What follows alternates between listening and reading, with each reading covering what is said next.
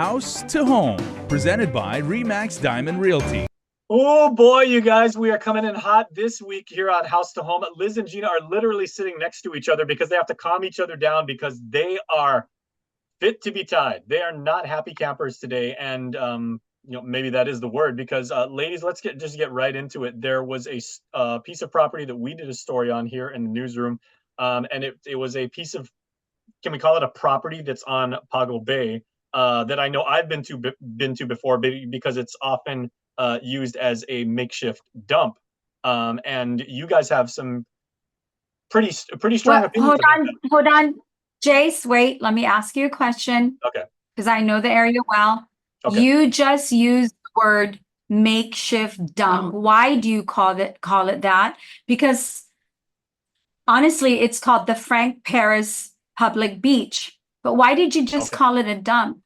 Well, because people were illegally depositing waste materials there. I've seen diapers, I've seen soda cans, beer bottles, what have you. I think I even saw some some metallic waste and everything like that. And it was terrible there. And I would only assume that when you do that, and that is a fairly it's a very affluent part, some really, really nice property there. I can only imagine that causes the value of that property to nosedive. Yeah, and that's I'm glad you brought that up, Jace. I guess it's in line with what KOM is doing a show on. But, Liz and I also wanted to talk about this because this problem with homelessness and squatters is affecting the United States, and it is come home to Guam as well. We're facing that. I had a situation where I had a building in Agana that I was selling, and the homeless population in our capital of Agana has caused some pieces of real estate in that area to really decline in value. And it's because, you show a piece of property and you have people squatting next door in the jungle or just sitting around. It's obvious that they're not gainfully employed, and sometimes it's obvious that they're not okay. Most of the time, it's really obvious they're not okay. And when you're showing property to somebody, that's hard to stomach. I'm going to buy this. And then the question is, what are you going to do about that? Well, we can't do anything. Really, we can't do anything about that. Because this speaks to the value of the property relative to its safety, relative to public health, relative to access to services. Yeah, absolutely. Maybe not access to services, but safety and public health. Even in San Francisco right now, the people are concerned about going into the parks where there's needles and stuff. But of course, on Guam, your safety is concerned. If it's a safety hazard, if it's a health sanitation issue, what can people pick up if they're going through the park area? And as Gina put it, Pago Bay was a really nice beach area for people to come. And for many years, they stopped. They wouldn't go because there were people actually camping out on the beach, living on the beach. And over a period of time, trash, like you said, continued to pile up. And I think Gina had a comment from someone who was visiting the neighborhood. She was showing property, and they were abhorred by the condition of the beach and how it was cared for. It wasn't cared for. And I think our government entities came in and did some work to clean it up. But I think government has some responsibility to maintain the safety of our people as well. And also, I know they've worked on some programs to house the homeless and feed and shelter them. But there's more out there that has to be done to keep them away from areas that should be enjoyed by the public and not threaten their safety or health, right? There's got to be some responsibility. And Jace, you pointed it out exactly. A long time ago when we first moved into the neighborhood, there was a family that was living there, but it wasn't, they were squatting obviously, but they were maintaining it and it still looked a little decent. This has gotten really out of hand, particularly at that park. But I know my family, when my kids were young, we used to go to Tangisan. We used to go there because if you go down to Tangisan and you walk northbound, Yeah. it's a really nice area. There's a beach area. I don't dare take my kids down there anymore, my grandchildren. I don't dare do that because number one, there is a homeless situation, there are squatters there and they're living there now. They've built little shacks to live in. And I probably could, I mean, maybe you could go down there and they have their little shacks and they're using the facilities respectfully, then okay, I can, then I won't feel so bad. But you go there and the place is so trashed and it is stinky. I wouldn't take my kids there. And look at how you just described it without having, I mean, you don't go to that Pago Bay area every day, but your first words were the dump. And this is a beach area. Our senators are, a majority of them are pro-environment. They want to protect our waters. And I can imagine that if we asked some of them to go visit these public beaches, they're not going to believe it. But I want to give credit where credit is due.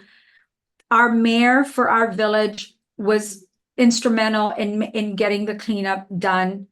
The park patrol people, it was a multi-agency collaboration. They gathered, I mean, yesterday it looked like all of Guam was down there cleaning up the beach. So that would they still have a lot. Mayor Jesse Gogui of Orta Chalampago, right?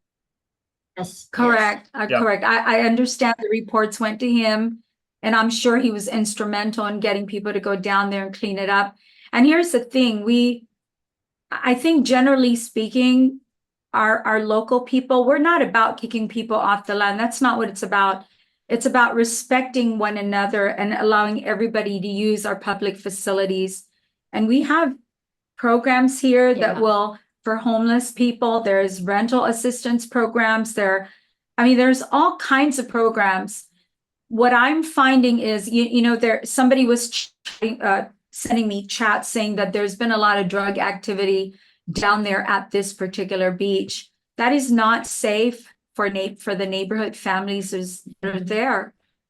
Well, since this is a real estate show, let's again contextualize this in terms of what this does to the market value, of that property, and for the overall, for the neighborhood there, not just that piece of property on the beach itself, but all the surrounding houses and everything like that. If it is a homelessness issue, if it is a issue that's known to have drugs, if it's known to have prostitution, if they're known to be, any kind of undesirable activities, and that, Liz, what does that do to the market? So what it does is we can do our market analysis to show what the market value is. So for example, if you found something, let's say the market value is at 500,000, and then you're taking people to look at the property, but the environment surrounding that property is affected by either homelessness or drug activity. People have a tendency to shy away from it. So that property will probably stay on the market much longer than it should. And what normally happens is then the seller, depending on his circumstances, will start reducing the price and keep going until finally there is some activity. But it does affect an toxic asset, owner. Right? Yeah, well, like I said, if you were living next door to some activity like that, then it's difficult for you to market your property or to sell it. And maybe we've had situations. I was gonna say maybe we've had situations like that. Yeah, maybe the worst. Where the worst case. Even Gina, Gina had a piece of property where there were squatters in the unit, and she couldn't.